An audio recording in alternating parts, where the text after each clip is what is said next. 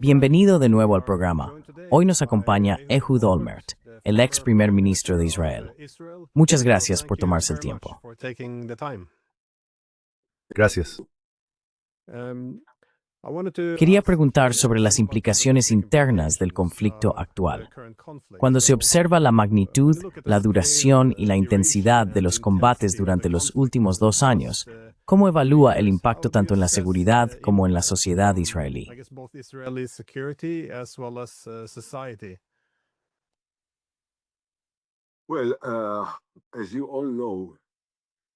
Bueno, como todos sabéis, el conflicto en este momento, es decir, el 7 de octubre de 2023, comenzó debido a un ataque muy cruel, horrendo, bárbaro y brutal por parte de las legiones de Hamás contra civiles israelíes. Hay que subrayar que el ataque de Hamás no iba dirigido contra soldados, ni contra cuarteles, campamentos o instalaciones militares. Penetraron en las casas de la gente y mataron, masacraron, decapitaron y violaron a personas en sus salones y dormitorios. Así que, por supuesto, el impacto fue monumental. Nunca había ocurrido algo de esta naturaleza para el pueblo de Israel. Más de 1,200 civiles masacrados de la forma más horrenda.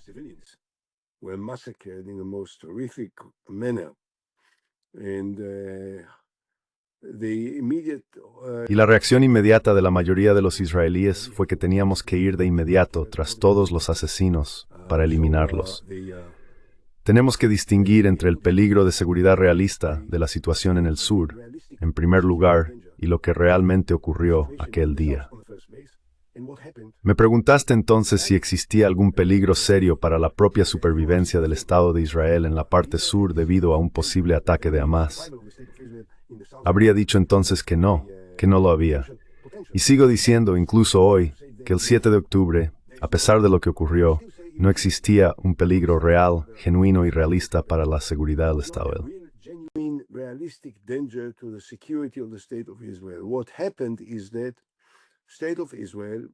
Lo que ocurrió es que el Estado de Israel, que es enormemente poderoso desde el punto de vista militar, no estaba allí para defender a la gente que vivía allí.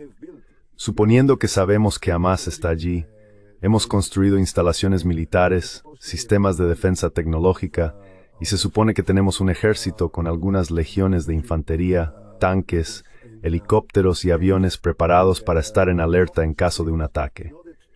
Si todo este poder hubiera estado desplegado cuando ocurrió el ataque, no habría pasado nada. Habrían sido destruidos en un par de horas, expulsados, y no habrían vuelto jamás.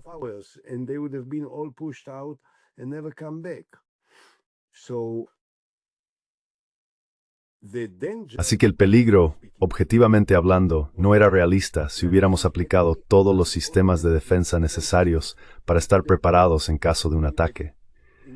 Pero cuando no había ningún ejército allí, ningún sistema de defensa en funcionamiento, ningún tanque, ningún militar, ningún helicóptero, nada, ningún soldado en alerta, simplemente hicieron un viaje. Cruzaron la frontera con sus coches y motocicletas y entraron en los asentamientos y las casas sin que nadie los enfrentara ni los defendiera. El resultado, por tanto, fue devastador.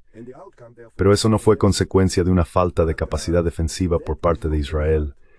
Fue el resultado de la arrogancia, la complacencia y el exceso de confianza que provocaron la ausencia total de las fuerzas de defensa. Si hubieran estado allí, no habría pasado nada.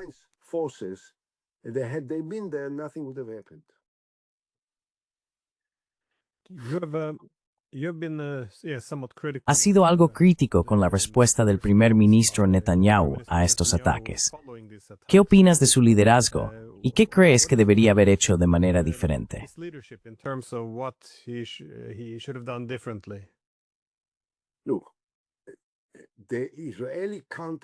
Mira, la contraofensiva israelí resultó ser inevitable, ¿de acuerdo? Así que no me opuse a la reacción israelí cuando ocurrió. El hecho de que sucediera, como dije antes, fue resultado de la complacencia y la arrogancia que creo estaban representadas por la actitud de Netanyahu y por el hecho de que realmente creía que podía ignorar a la autoridad palestina, el socio natural para las negociaciones de paz, y en su lugar coquetear con Hamás, comprando algún tipo de cooperación tácita con Israel a través de los fondos que permitió transferirles desde Qatar, cientos de millones de dólares. Pensó que podía comprarlos con dinero como forma de vida.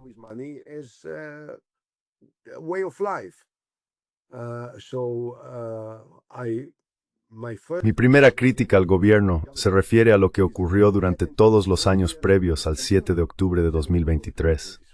El hecho de que nos abstuviéramos de mantener un contacto significativo con la autoridad palestina, de que evitáramos negociar o establecer un proceso real para una paz integral entre nosotros y los palestinos, fue un error histórico, dramático, que no puede olvidarse ni perdonarse. Ese fracaso condujo a la tower time tasnans when the res ors.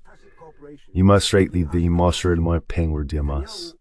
Turned out to be the greatest ally of Hamas.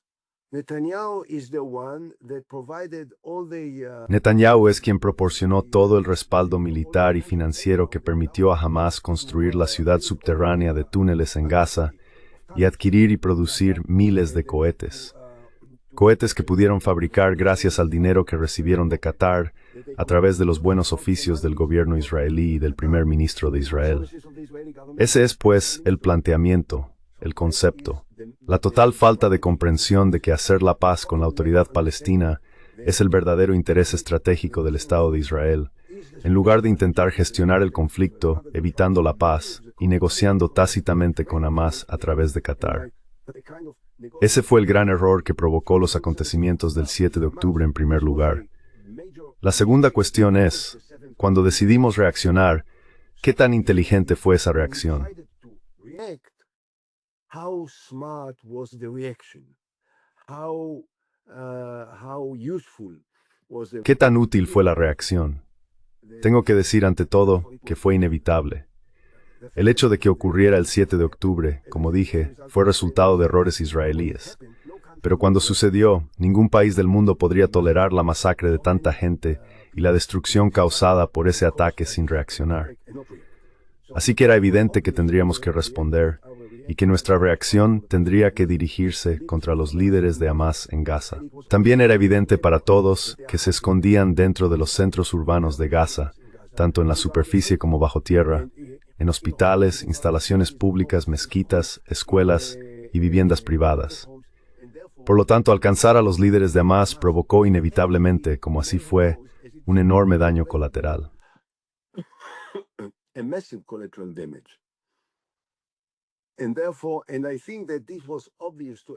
Y por lo tanto, y creo que esto era evidente para todos, cuando el presidente Biden, el primer ministro Rishi Sunak en Gran Bretaña, el presidente Macron, el canciller Scholz, la primera ministra Meloni y todos los líderes europeos, estadounidenses y de otras partes del mundo dijeron que Israel tiene derecho a ir tras ellos, sabían que muchos palestinos morirían y que algunos de los muertos no estarían implicados en el terrorismo.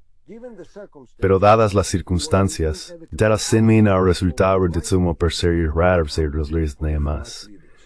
la cuestión es, en primer lugar, ¿hasta qué punto podíamos continuar?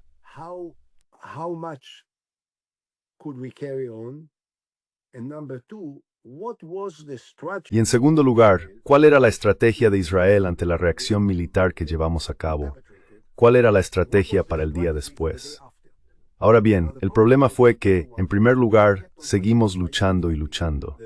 El enorme poder militar de Israel contra esos terroristas. Y en cierto momento llegamos a una fase en la que una acción militar adicional no producía ningún resultado que justificara el coste. El coste en vidas de soldados israelíes, el coste en vidas de rehenes israelíes, algunos de los cuales, lo sabemos, perdieron la vida como resultado de los ataques israelíes y de las reacciones de quienes los secuestraron, y también el coste en vidas de palestinos no implicados. Pero el fracaso más dramático del gobierno israelí fue su incapacidad para ofrecer una visión para el día después, tanto para nosotros como para Gaza.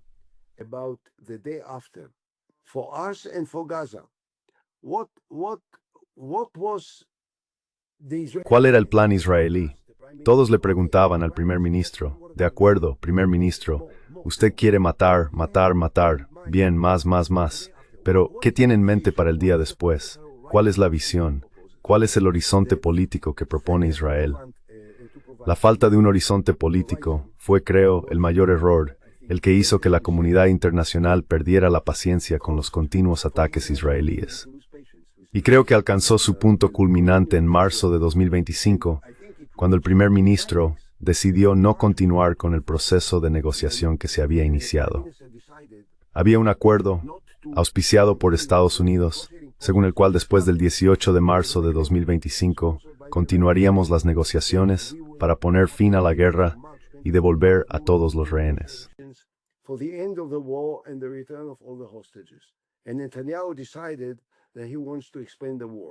Y Netanyahu decidió que quería ampliar la guerra. Entonces la comunidad internacional dijo, ¿por qué quieres ampliar la guerra? Podemos ponerle fin y traer de vuelta a todos los rehenes.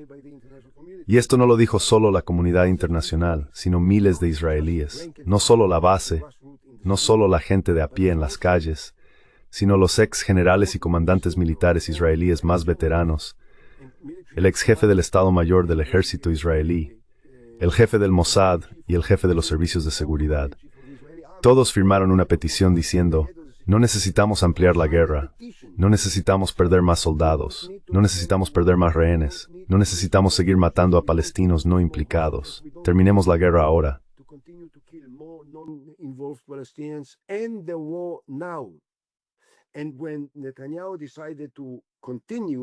Y cuando Netanyahu decidió continuar la guerra, esta perdió su legitimidad, no solo en Israel, sino en todo el mundo. Eso provocó una erosión drástica en el estatus del Estado de Israel a nivel global. Los disturbios, las manifestaciones de protesta en todo el mundo causaron un gran daño a la reputación de Israel y a su posición internacional.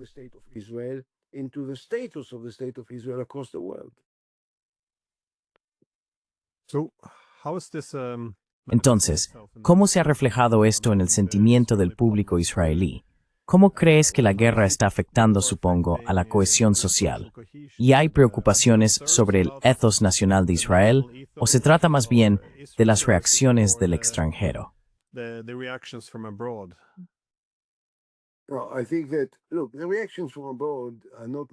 Creo que, mira, las reacciones del extranjero no están haciendo la vida muy fácil ni agradable para ninguno de nosotros.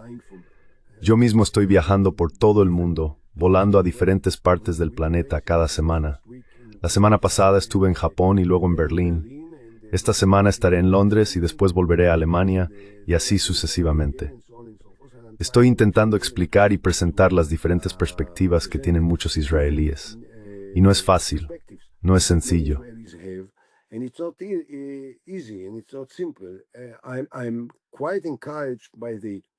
Me anima bastante la buena reacción que recibo personalmente cuando intento explicar a la gente que soy solo una persona, pero que hablo en nombre de millones de israelíes que no están de acuerdo con el gobierno. La gente debería saber que una gran parte de la opinión pública israelí no apoya estas políticas. La continuación de los combates en Gaza, la muerte de palestinos no implicados, las atrocidades cometidas por los jóvenes de las colinas en Cisjordania contra palestinos inocentes. Por eso es muy importante para mí que la gente de todo el mundo entienda que lo que oyen sobre el gobierno no representa necesariamente a toda la población.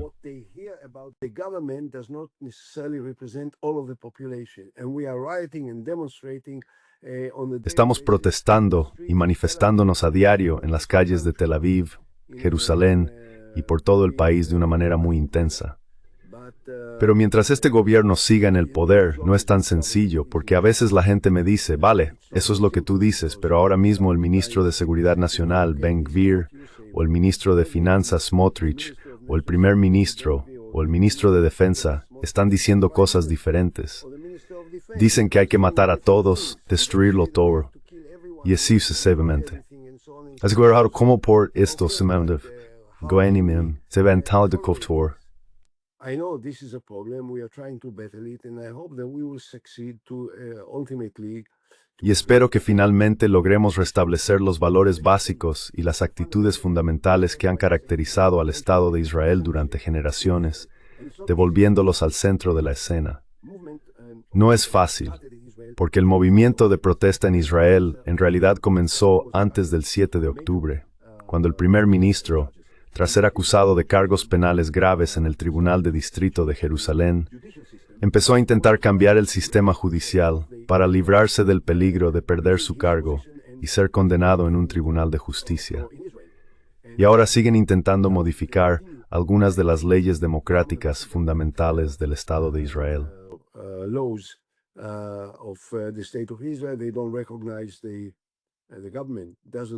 No reconocen al gobierno y el gobierno no reconoce al Tribunal Supremo de Justicia.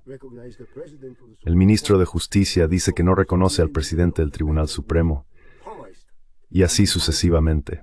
Así que estamos en medio de una batalla que ha polarizado y dividido a la sociedad israelí y que ha debilitado al Estado de Israel.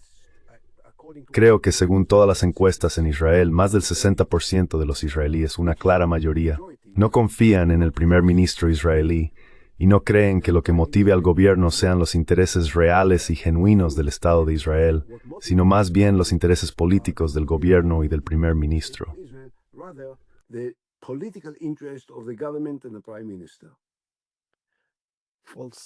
Algun steps advertido que PAM riesgo no civil.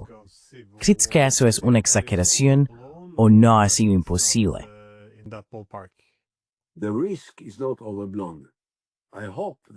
El riesgo no está exagerado.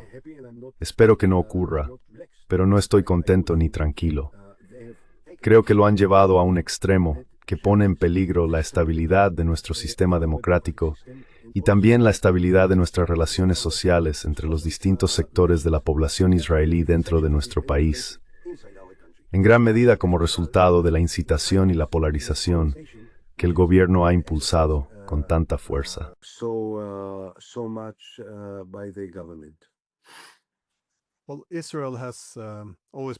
Israel siempre ha dependido mucho de su asociación con Estados Unidos. Pero, ¿cómo ves que la seguridad israelí se ve afectada por el cambio en la distribución internacional del poder? En un sistema más multipolar, parece que Estados Unidos tiene menos influencia en Oriente Medio. Y cuando los estadounidenses tengan que establecer prioridades, probablemente aumentarán las voces críticas sobre dónde deberían estar presentes. Por ejemplo, en Europa quieren dar menos prioridad, y ahora también hay más críticas sobre el hecho de brindar demasiado apoyo a él. ¿Cómo crees que Israel se adaptará a estos cambios de poder?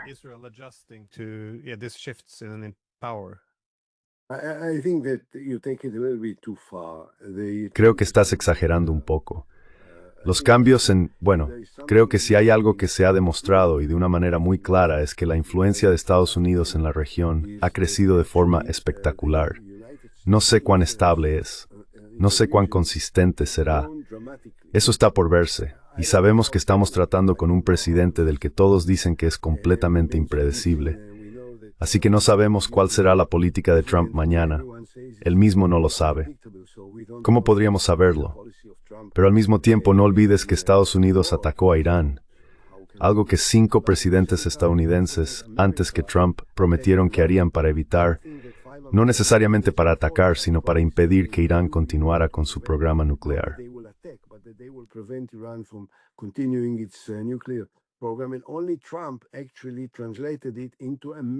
Y solo Trump convirtió eso en un ataque aéreo militar contra Irán de una manera muy dramática. Además, dirigió la conferencia de Sharm el-Sheikh, donde reunió a líderes de todos los rincones del mundo, desde Turquía hasta Indonesia, pasando por los saudíes, los emiratíes, Egipto, Jordania y todos los demás. Así que en primer lugar, no creo que la influencia estadounidense se haya reducido necesariamente, quizá al contrario. Pero creo que una de las cosas que se demostró de la sport y más espectacular es su superioridad de Israel. Hezbollah está más o menos acabado.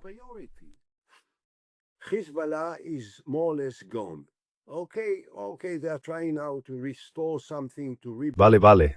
Ahora están intentando restaurar algo, reconstruir algo, pero sabemos lo que les pasó, ¿verdad? Y Nasrallah ya no está con nosotros. Assad y la administración siria colapsaron, y Estados Unidos ahora acoge a Abu Muhammad al-Julani, el nuevo presidente de Siria, y van a firmar un acuerdo de cooperación entre Estados Unidos y Siria. Siria, que durante muchos años fue una base para Irán y para Rusia. Así que esto también es un cambio positivo desde el punto de vista de los intereses de seguridad del Estado de Israel. El episodio de los hutíes no es realmente serio, y sabemos cómo manejarlo si es necesario. Hamas apenas existe. Las milicias iraníes en Irak son casi inexistentes. Iranian militias in Iraq are almost non-existent. So I think from a military point of view, what was Así que creo que, desde un punto de vista militar, lo que se manifestó, en primer lugar, fue una creciente presencia política y también una posible presencia militar de Estados Unidos en la región. Y en segundo lugar, una enorme superioridad militar israelí. Israel ha tenido éxito en controlar las zonas alrededor de Teherán, eliminando a 30 o más de los líderes militares y políticos más importantes de la Guardia Revolucionaria allí. Y cuando Israel fue atacado con misiles balísticos, no solo Israel, sino también Estados Unidos, Gran Bretaña y Francia participaron en la defensa del Estado de Israel, junto con algunos países árabes, Arabia Saudí, Jordania y otros. La posición de seguridad de Israel es mucho mejor. The security state position of Israel is much better. The strength of Israel, the ability of Israel. La fortaleza de Israel, la capacidad de Israel para defenderse, la retórica de Israel, las declaraciones del primer ministro y de los demás ministros, junto con sus partidarios mesiánicos, es escandalosa, inaceptable y no representa las verdaderas necesidades nacionales del Estado de Israel. Así que la apariencia es diferente del Estado real de Israel. Estamos en una situación mucho mejor. Y personalmente creo que estamos en condiciones de asumir todos los riesgos necesarios para emprender un proceso significativo de negociaciones, abriendo un diálogo con la autoridad palestina para comenzar a construir un proceso que nos lleve a una solución integral basada en dos estados.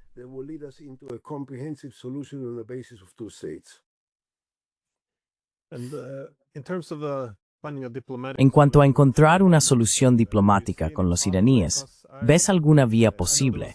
Porque sé que, por supuesto, hubo un ataque este año contra Irán, pero en 2023, después de que China mediara en la reconciliación entre Arabia Saudí e Irán, vimos que el exdirector del Mossad, Ephraim Halevi, argumentó que Israel también debería considerar la posibilidad de mejorar sus relaciones con Irán. ¿Crees que en Israel hay ahora algún interés en alcanzar un acuerdo político con los iraníes, o el ambiente ha cambiado demasiado?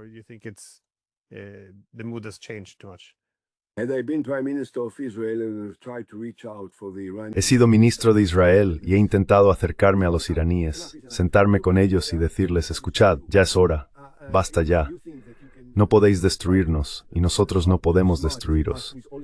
Si pensáis que podéis superarnos con todos vuestros aliados en Líbano, Gaza, Siria e Irak, creo que ya habéis comprobado que no funciona. Así que, ¿por qué no empezar a cambiar de rumbo? No sé si Irán habría estado preparado para ello, pero no estoy seguro de que no valga la pena intentarlo. Y, como he dicho, si yo hubiera sido primer ministro, eso es lo que habría hecho.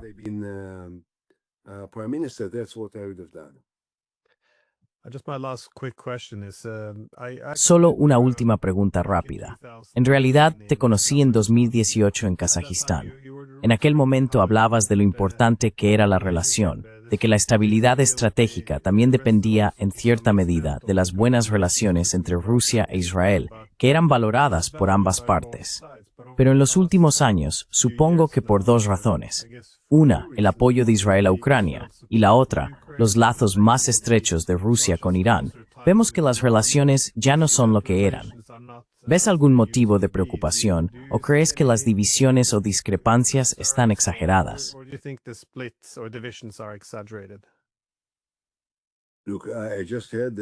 Mira, acabo de oír que Kazajistán quiere unirse a los acuerdos de Abraham.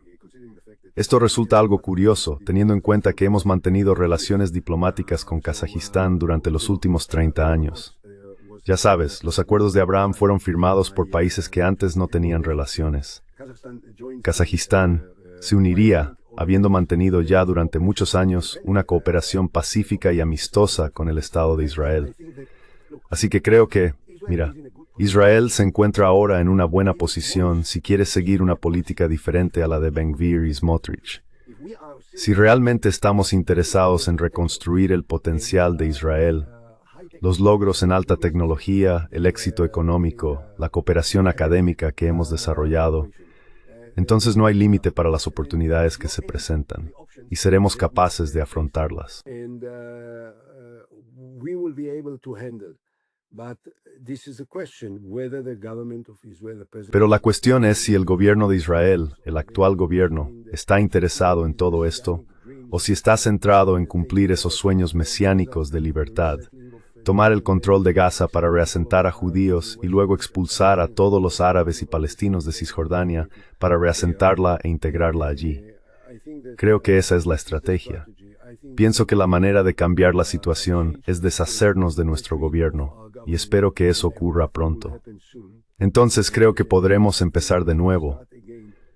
Conversaciones estratégicas no solo con los estadounidenses, que son nuestros socios y defensores naturales, no solo con los saudíes, los emiratíes y otros países de la región, sino también para restablecer la confianza que antes existía entre nosotros y Rusia, y entre nosotros y los chinos.